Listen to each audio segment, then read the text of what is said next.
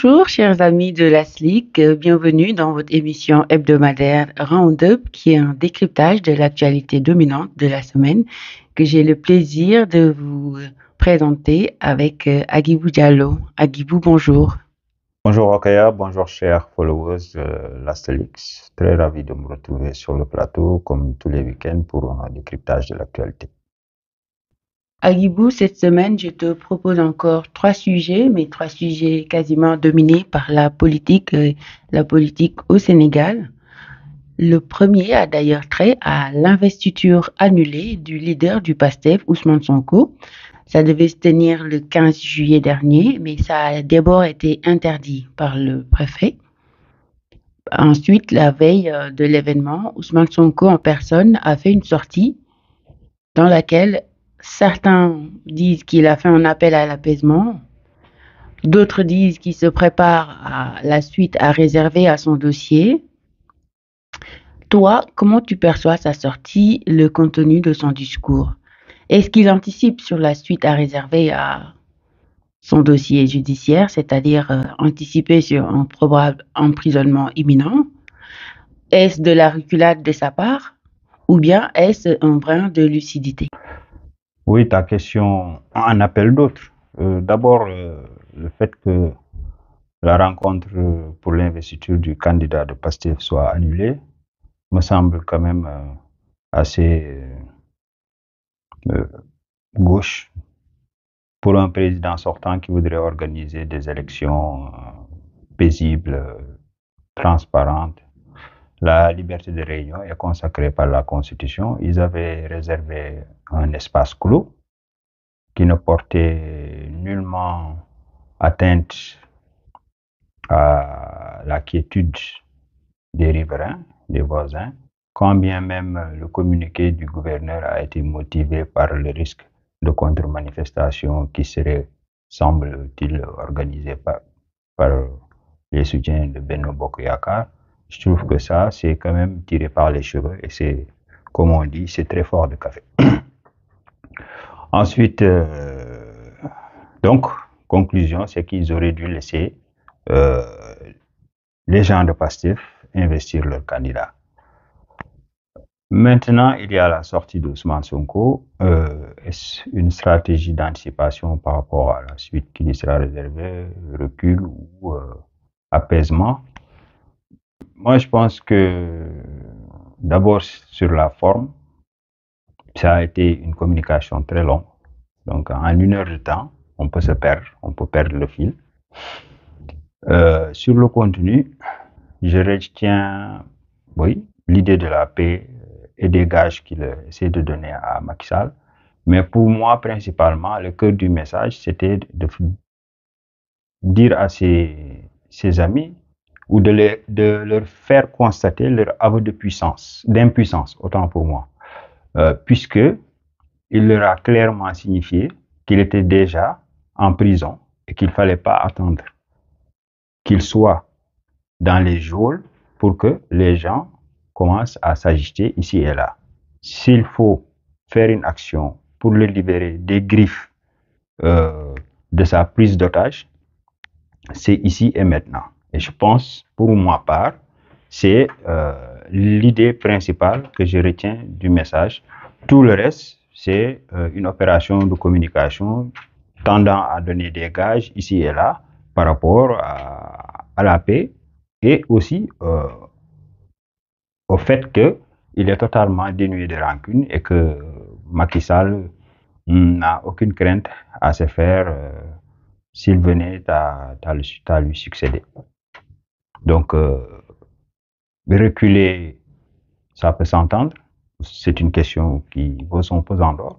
Mais en mon sens, si j'avais une lecture personnelle que je devais présenter de cette opération de communication, ce serait celle-là, que Ousmane Sonko convie ses collègues, militants, collaborateurs, soutiens, sympathisants, à constater avec lui leur aveu d'impuissance, puisqu'ils sont retenus en geôle sans être véritablement dans un univers carcéral, alors que ce n'est pas motivé par une décision administrative ou une décision judiciaire. qui pourrait le justifier. Donc, s'il y a action de libération à faire pour le sortir des griffes de ces preneurs d'otages, c'est maintenant. Après, tout le reste, comme je l'ai dit, ça a été enveloppé d'une opération de communication visant tout fait de lieux communs pour la paix, la concorde, tout ça. Et bon, ça, c'est le côté politicien.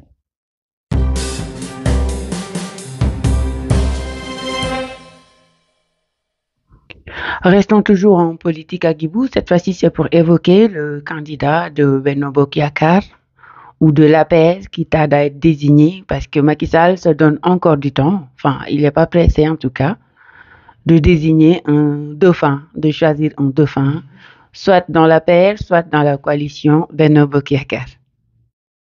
Alors là, on est vraiment dans le comble de la commedia dell'arte. Parce que quand on regarde bien les partis qui composent le Benno Bokk Yakaar et qu'on revisite un peu leur trajectoire historique, on peut quand même boire du lait, quoi, et se dire quelle ironie du sort. L'AFP a été créé à la suite d'un congrès sans débat parce que au niveau du Parti socialiste, il n'y avait pas de courant qui était accepté et que donc il fallait entretenir une sorte de démocratie interne de manière à permettre à toutes les sensibilités philosophiques du parti qui puissent s'exprimer et essayer, voilà, de peser à travers le mode de désignation, la tendance ou la majorité qui gouvernait les partis. Ça n'a pas été le cas. Le PIT a connu des remous. On se rappelle du départ de Sambou Julde Cham parce qu'on lui avait préféré Feu Semou Pategui. Bref, ce sont des partis qui sont nés et qui ont pris de l'épaisseur autour de l'idéal démocratique du combat politique. Et ces mêmes partis ont eu l'ingéniosité d'accoucher de ce qu'on appelle aujourd'hui communément les conclusions des assises nationales avec toutes les orientations relatives concernant l'évolution et la modernisation de notre pratique démocratique. Ces mêmes personnes gouvernent pendant 12 ans avec la brutalité que l'on a vécue et que l'on connaît à ce régime. Ils en arrivent aujourd'hui au point où ils vont ravaler toutes leurs vomissures et se suspendre aux lèvres de Macky Sall pour se choisir un chef. Qu'est-ce que ça traduit au fond? C'est qu'en fait, c'est une camarilla qui s'est retrouvée à la tête du pays, qui ont gouverné dans le partage des Marocains et des prébendes, et qui aujourd'hui prend peur par rapport à une décision soudaine, imprévisible, impromptue et inattendue de leur chef à ne pas se présenter à une troisième candidature illégale, anticonstitutionnelle et illégitime du reste. Donc aujourd'hui, ils ont peur pour ce qu'ils ont accumulé à travers leur proximité avec l'appareil d'État.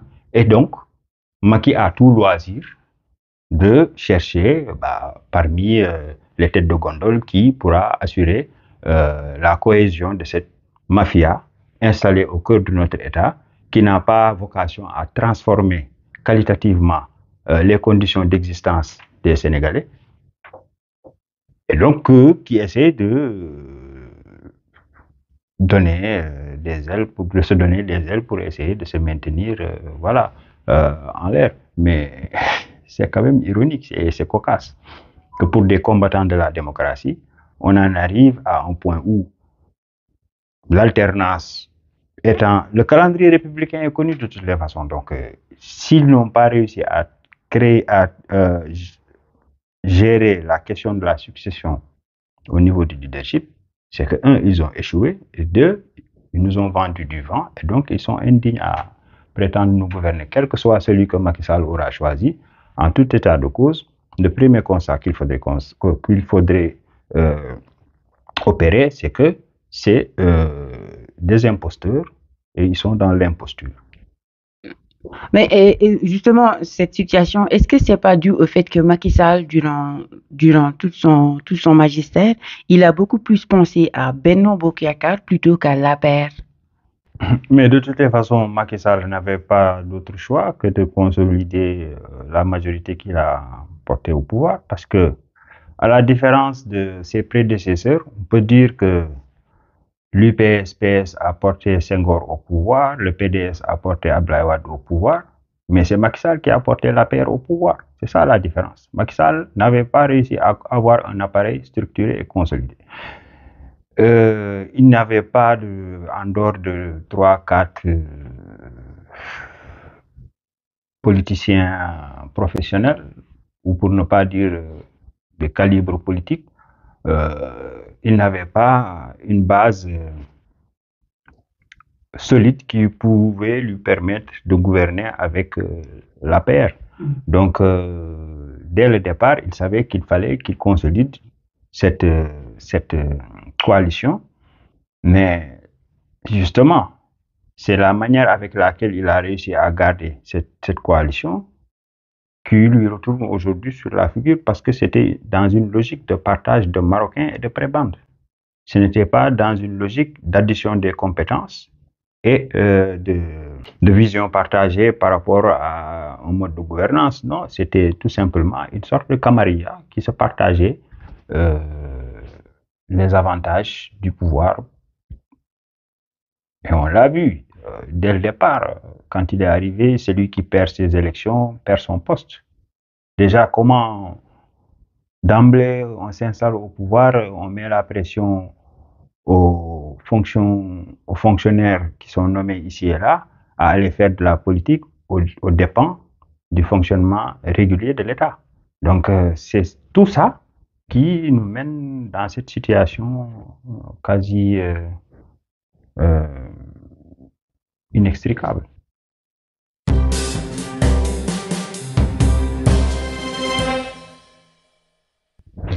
Enfin, nous terminons ce décryptage sur une note de tristesse, hein, parce que l'actualité est aussi dominée par la recrudescence des décès dans l'océan des candidats à l'immigration.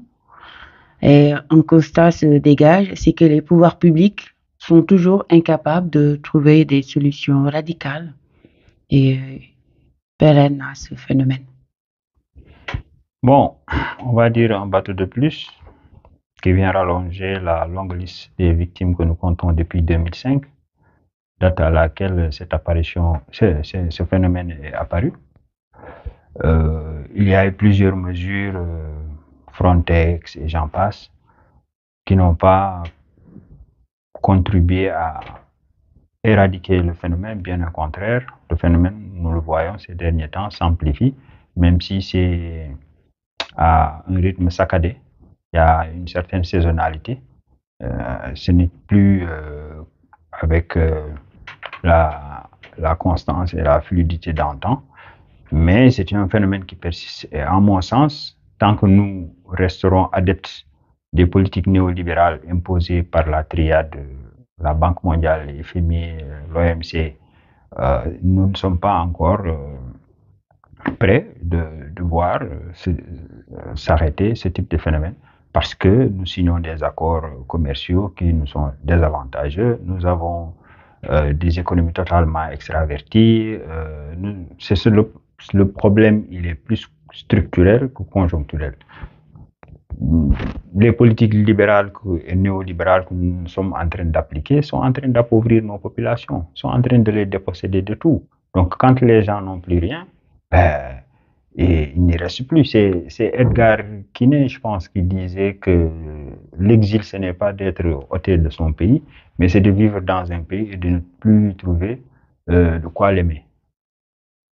Donc, c'est malheureusement, on en a fait un événement épiphénoménal qui remplit les cages faits divers de nos journaux, tant et si bien qu'on s'est détaché pratiquement à l'aspect humain de la chose.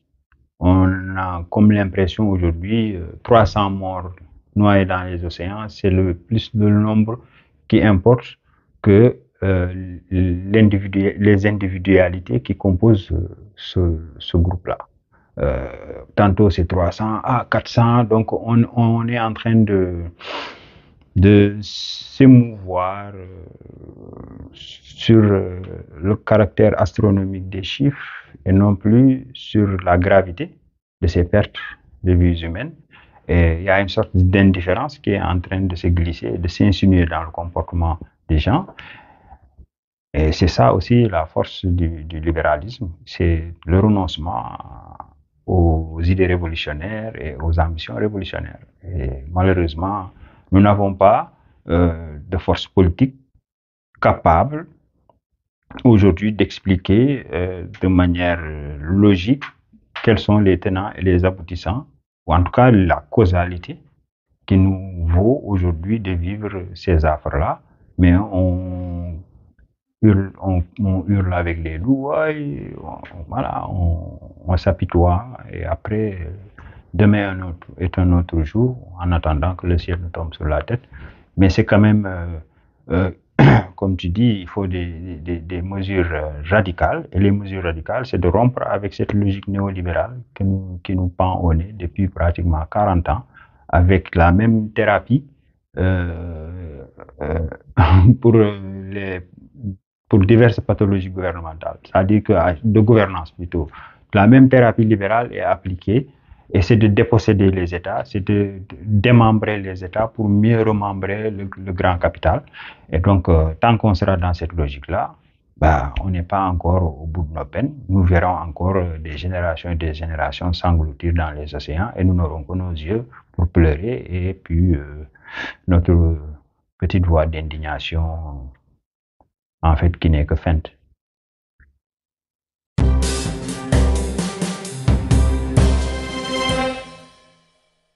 Chers followers de Roundup, c'était tout pour le décryptage de l'actualité de cette semaine.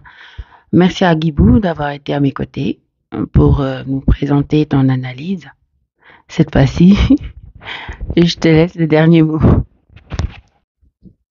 Bah, j'ai compris, il faut que je dise aux followers, on vous donne rendez-vous la semaine prochaine pour un décryptage sur d'autres sujets d'actualité. Merci et à la semaine prochaine.